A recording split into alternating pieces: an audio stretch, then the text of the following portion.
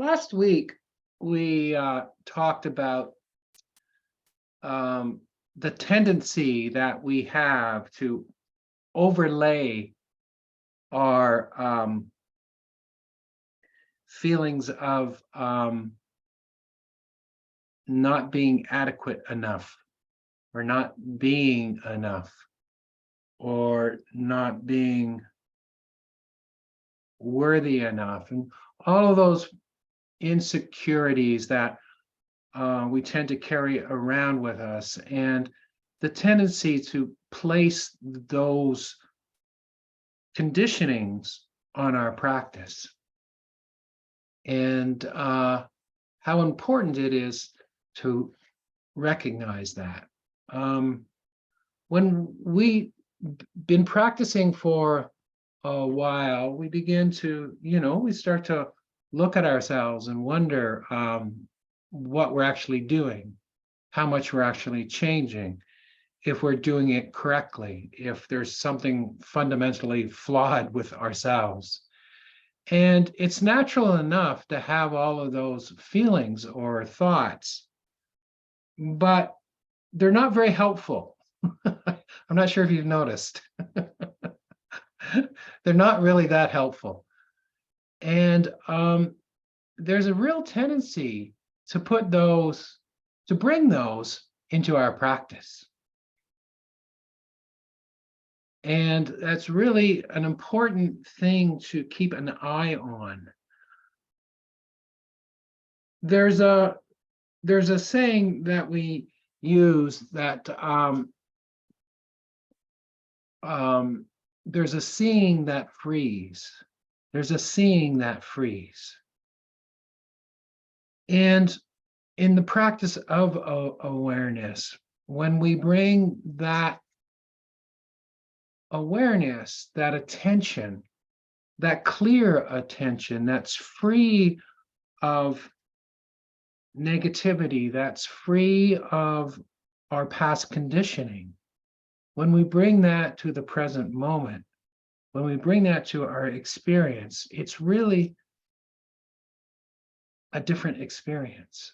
And it brings us to a place where we spontaneously see that which is holding us back. So we see the proclivities, we see the condition in action. And when we see the condition in action, when we see it in the moment that it's arising, that frees us. That frees us in that moment from that conditioning.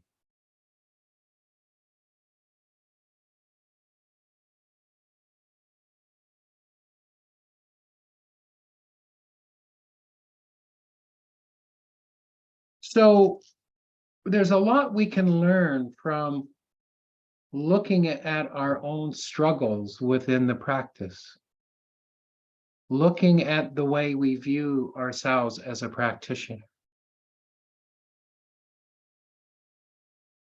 All of those thoughts that we have about ourselves, for the most part,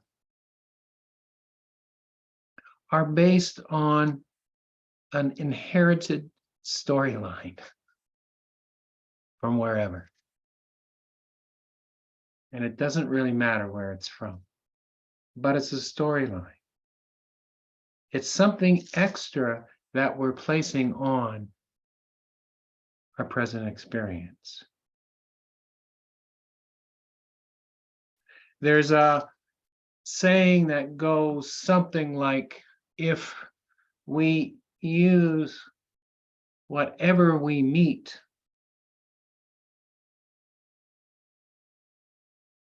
as path, whatever life presents to us, if we use that as path, then the body becomes our retreat hut. I really like that saying. I miss doing retreats. I used to do a lot of retreats. And at some point you have to ask yourself, well, you can't be in retreat all the time. And so what's the difference between now and being in retreat? I mean, we could point to some obvious things, but really, it's the quality of attention. It's the quality of attention that we can bring to the present moment. And in a retreat format, or if we're at the Dharma Center, we have all the support, but it really amounts to supporting a quality of attention that is not wearing the clothes of the past, that is not dragging around a whole bunch of storylines and dropping them in the room with us. When we're in retreat, it's a quality of attention that we have, that we develop. And in that quality of attention, we have insights into our conditioning. And in the moment of those insights, that's where the freedom is. So if we truly have a heart that is brave enough to say, whatever the situation is, this is my practice, then your body is the retreat hut. Think about that.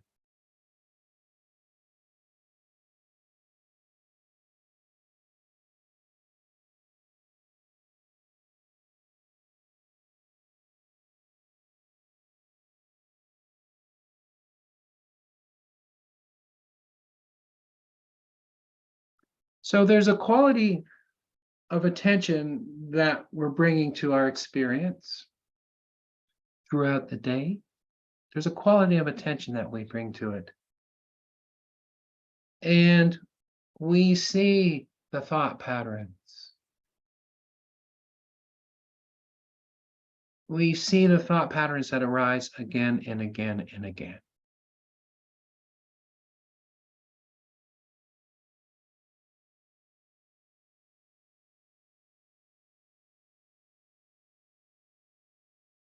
But the quality of attention is bringing our attention to the experience when it's unfolding, when it's happening.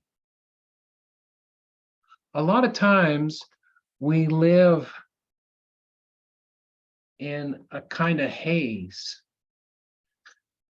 We're thinking, we're daydreaming, we're aware, but our awareness is not very vivid. It's not very clear.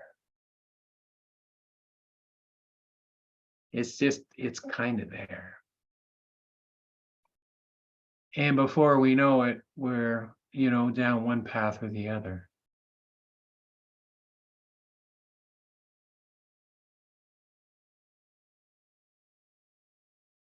And before we know it, we're lost in descriptions of ourselves and where we're at. So the seeing that frees, back to that point, the seeing that frees is a quality of attention that's seeing the conditioning when it walks in the room. And it sees it for what it is. And it's not worried that the conditioning is there, because it sees it for what it is. So with this practice, we're continually developing the ability to notice that conditioning, to notice the extra thing that we're bringing into the room.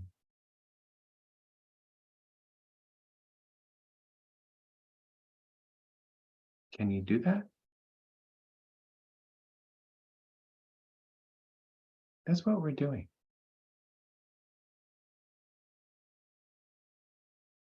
We get caught up in struggling with ourselves because we're caught up in the conditioning. There's no clarity there.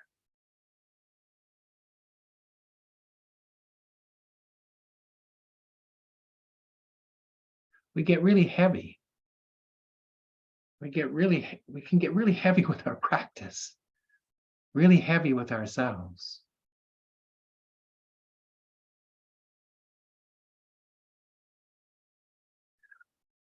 We've talked about a lot of things in this class, and I talk about that quality of awareness that is already free, that quality of awareness that is free of obscuration, that quality of awareness that is spontaneous and bright. We all know those ideas, those concepts anyway.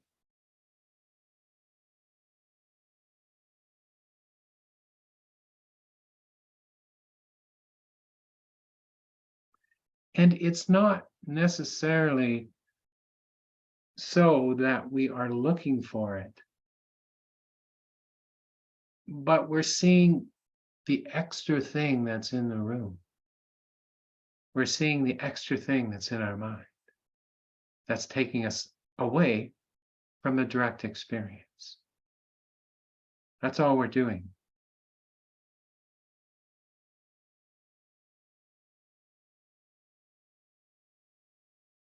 We're developing the faith. We're developing the quality of attention that is okay with whatever is taking place. We know we're going to be okay, whatever it is. It's kind of a big statement.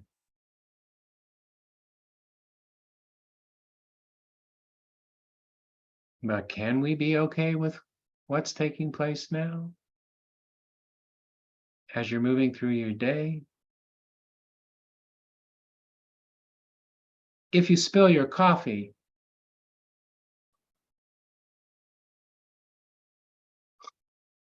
I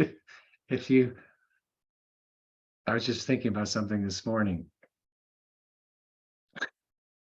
If you spill your coffee and you're upset with it, that's normal. But man, don't hold on to it. Don't hold on to it. What I was thinking about is I have a car and I have a garage.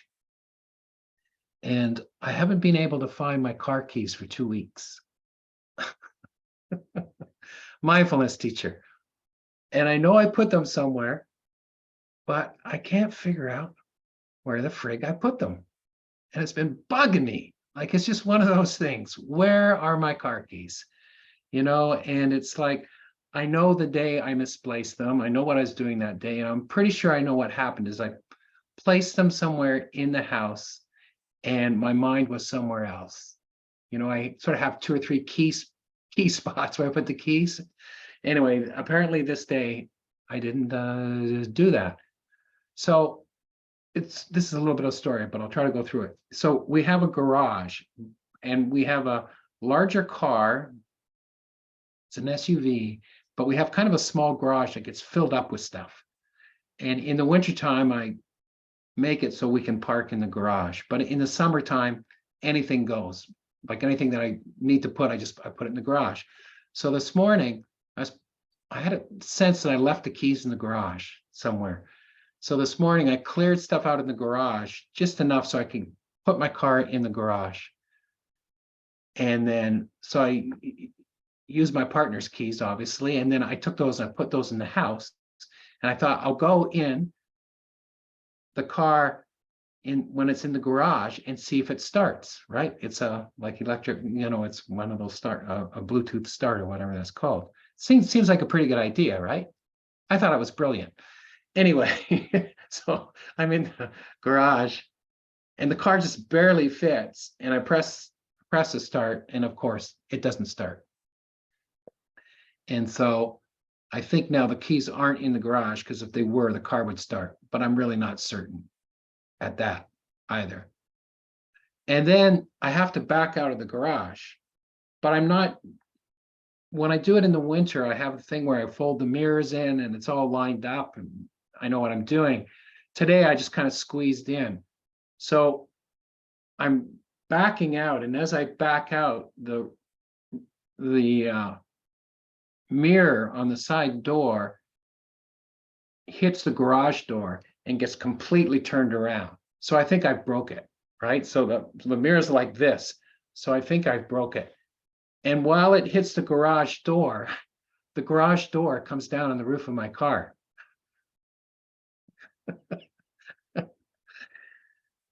And then I have to get out of the car, but I'm right in the middle of the door frame, so I can hardly get out of my car. And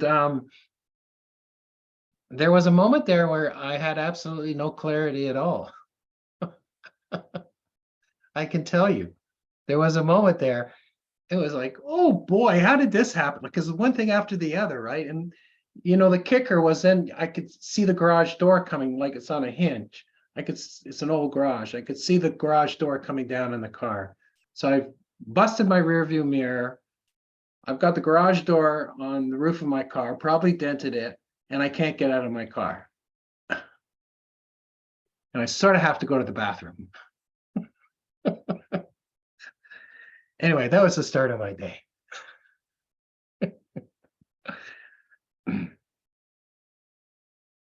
So the moral of the story, there is no moral.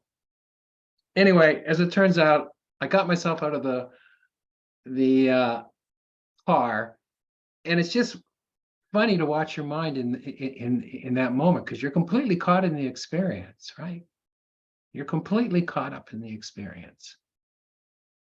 And I go over to the other side, to the rear view mirror, and I can't get to it because it's stuck. So I have to go back in the car and move it in and out and in and out. And finally, I get it on an angle where I can drive out and not break anything more. By this time, I pushed up the garage door. And the mirror was not broken. The roof was fine. And I still hadn't found my keys. But anyway, it's this whole entanglement. It's this whole entanglement that takes place. But the moment comes and the moment goes, right? The moment comes and the moment goes. So all of the stuff that we talk about, that's, the obscurations are there, but underneath there's this quality of awareness that's always there. Once you let go of the frustration and the struggle, that awareness is just waiting. It's already there. But how much, when you have an experience, frustration like that, are you able to put it down? Or do you just carry it with you? And I think a lot of times we find ourselves in those situations, right? Like one thing leads to the other, to the other, to the other. But it's all path, right? It's all path. I didn't want any of that to happen.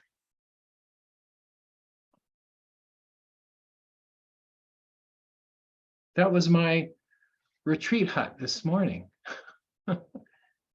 inside my vehicle.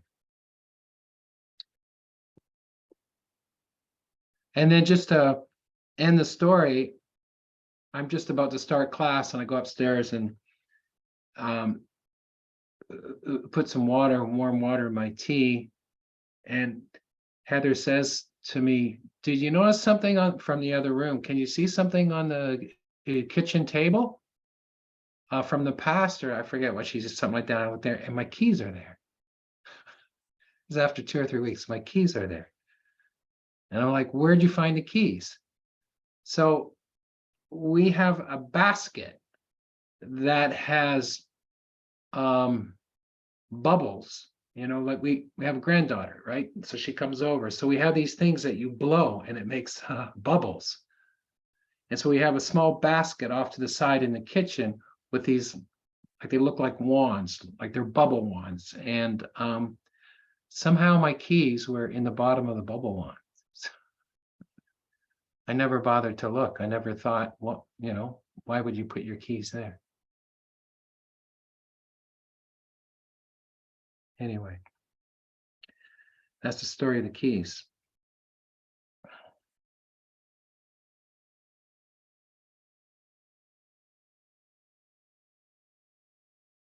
So the idea of struggling with ourselves and laying, our storylines about ourselves onto our practice, and more so laying them on to our daily life.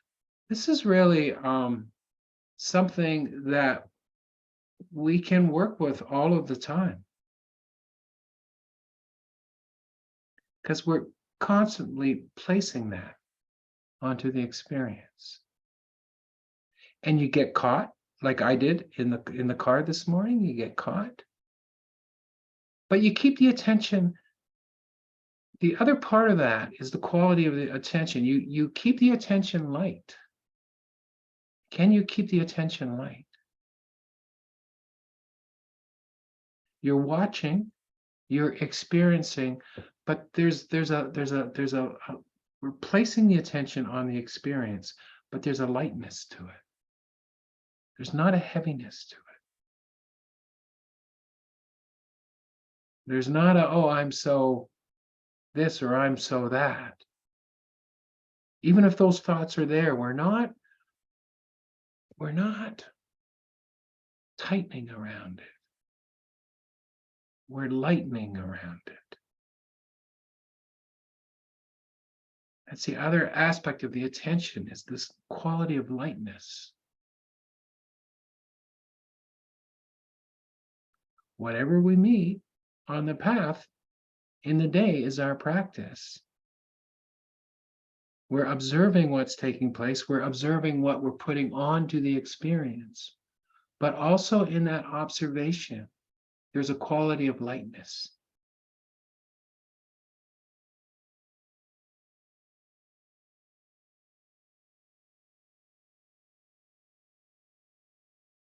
Also, that quality of lightness, we can work with it when we're watching the breath,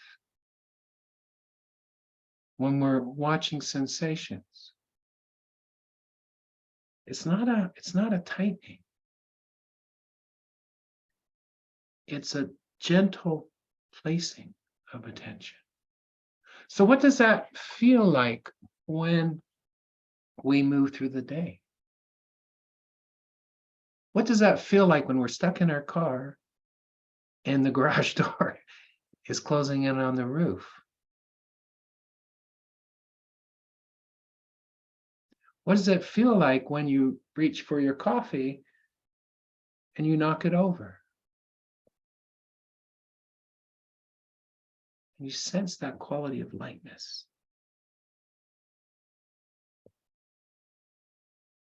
And it's light because we are not weighing it down with anything extra.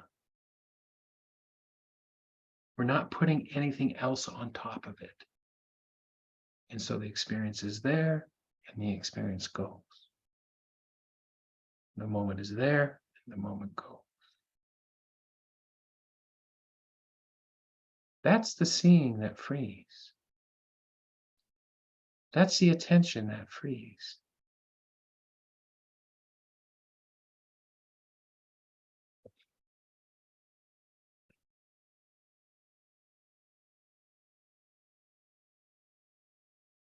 So as we sit and watch the breath,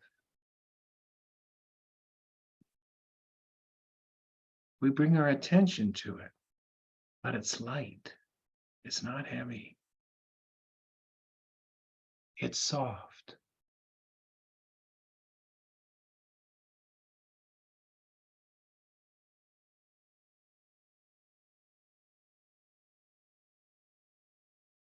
It flows. the experience as we move through the morning, as we move through the afternoon. There's a sense of a flow to it. One thing spontaneously, naturally leads to the next thing.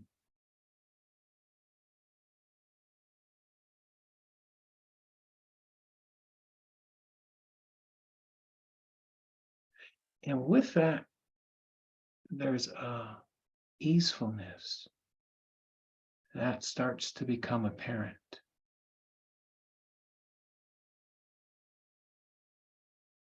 Something difficult happens, you're having a difficult moment, a difficult day, but it's that quality of attention.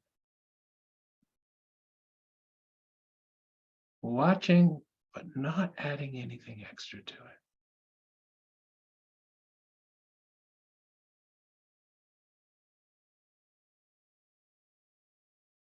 You're doing your practice day after day.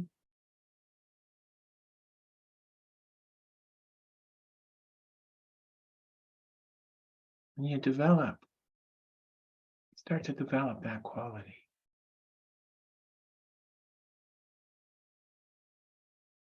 Start to have a greater sense of that lightness, that easefulness. And we start to have that sense, and we develop it.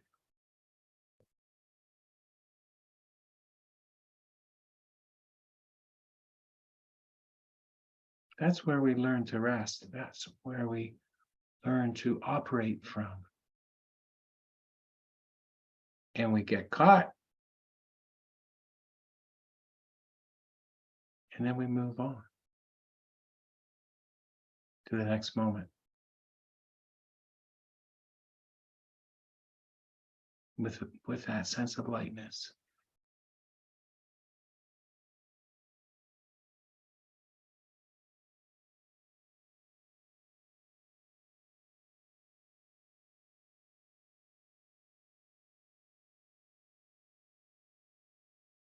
As though there was nothing left from the moment before.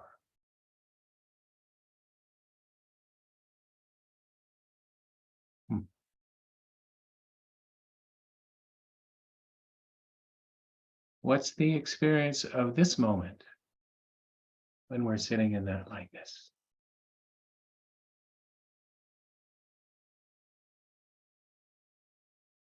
Just an easefulness, not struggling.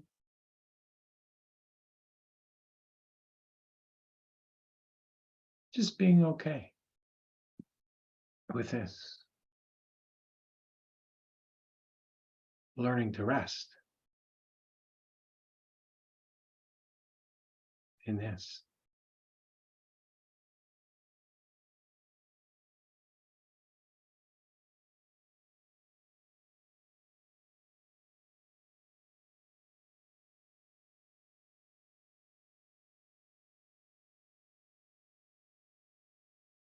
And we bring this quality of attention to our experience.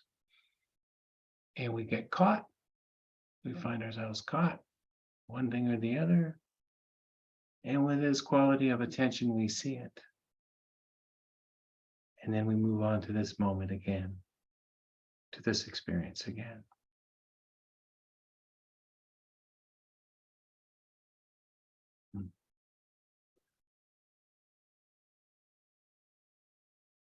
So let's sit with that for a little bit.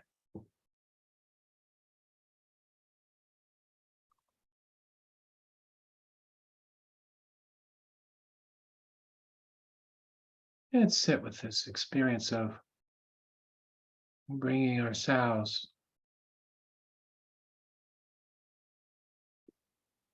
right here to the breath, to the body.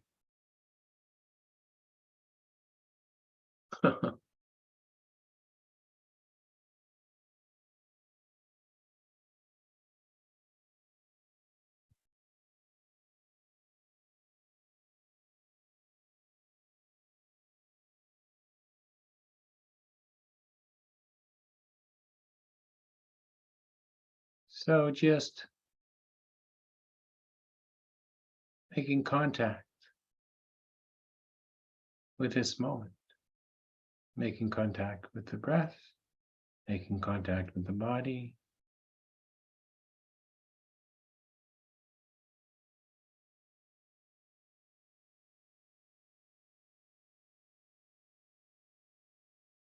Making contact with the way you're feeling. It's a quality of mind right now. Tense, relaxed, sleepy, energetic. So we notice it. We notice the quality of mind. We notice how the body feels. We notice how the breath feels. Agitation. Are we restless? We notice that. But with a lightness.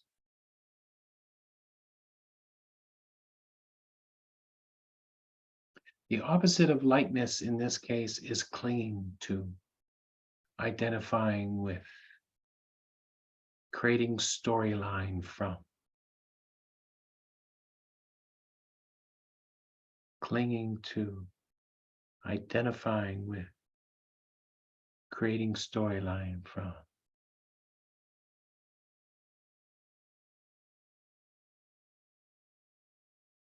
Or just a lightness of attention and letting all that other stuff go. So maybe there's a restlessness there. That's okay. Just settle in. Settle into the breath.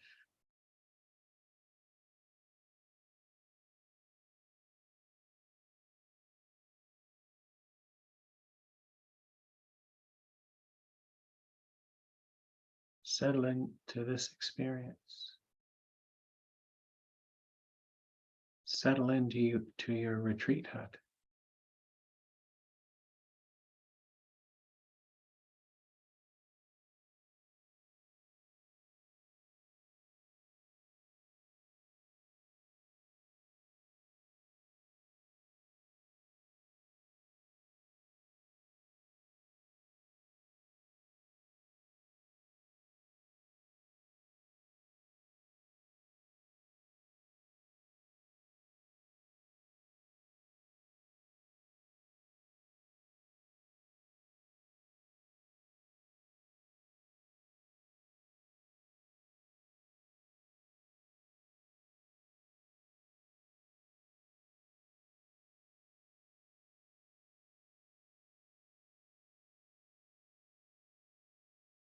And allow your attention to rest on the breath as it moves in and out of the body.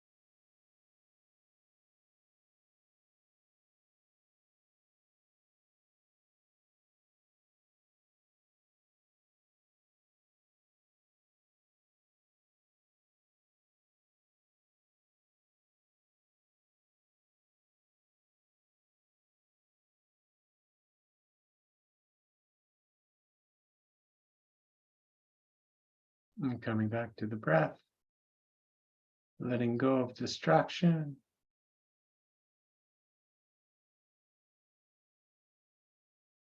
And in a very full and light way,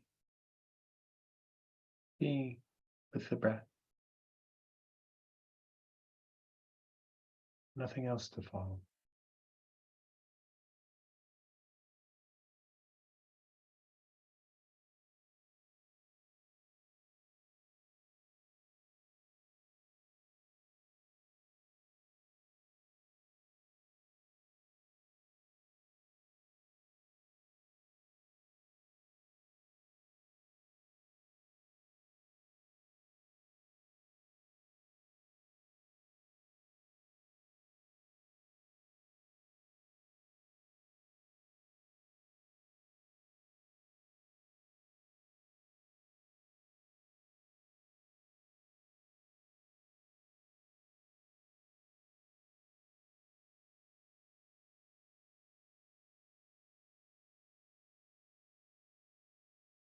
And feeling the breath calm the body.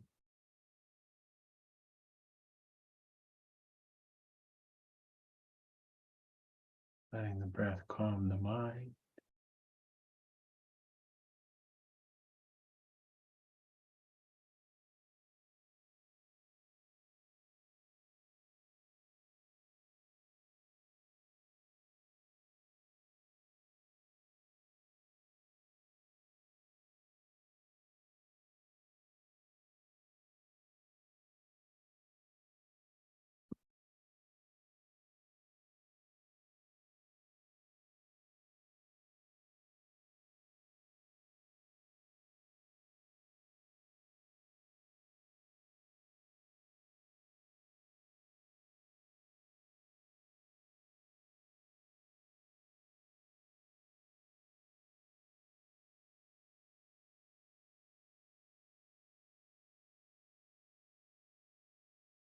Not following anything, not following thought,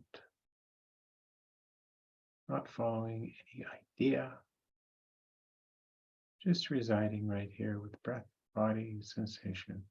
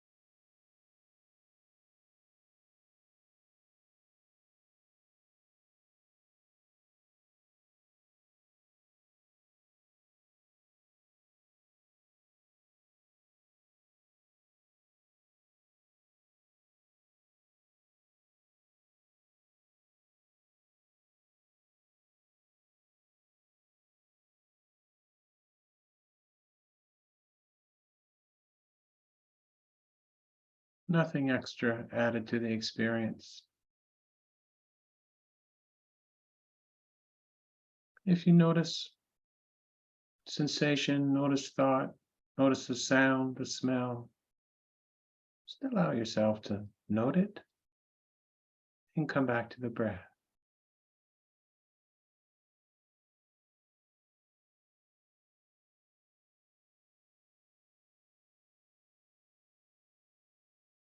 So we're noticing, and then we're coming back to the undistracted, the present.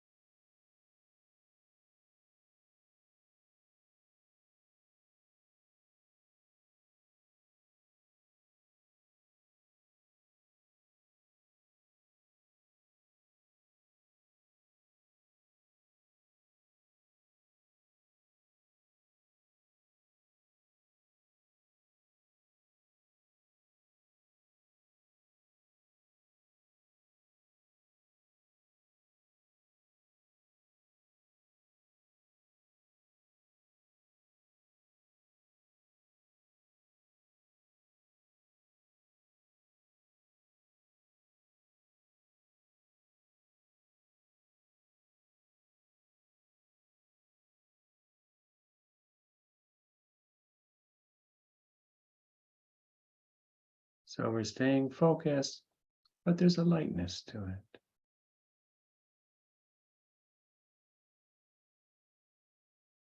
Not holding on,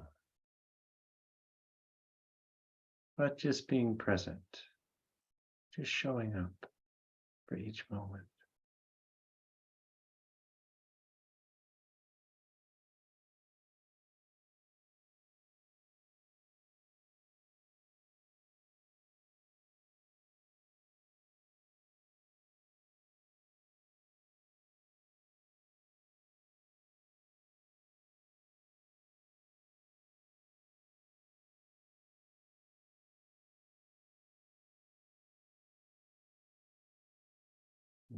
We're distracted, we notice that, and we come back. Come back to the breath, come back to sensation.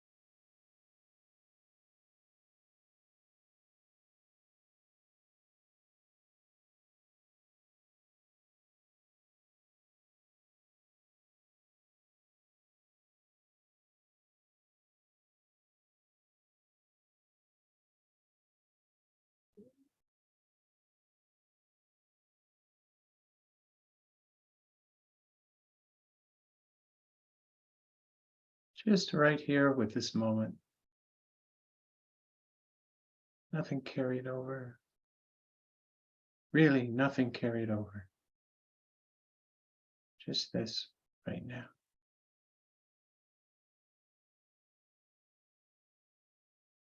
Just resting here again and again.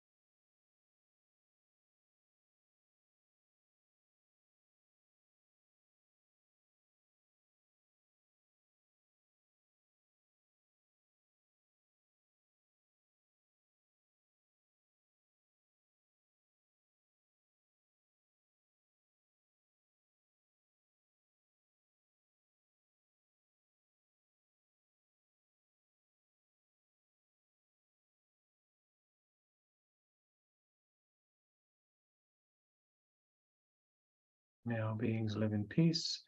May all beings live in harmony. May all beings live in peace and harmony.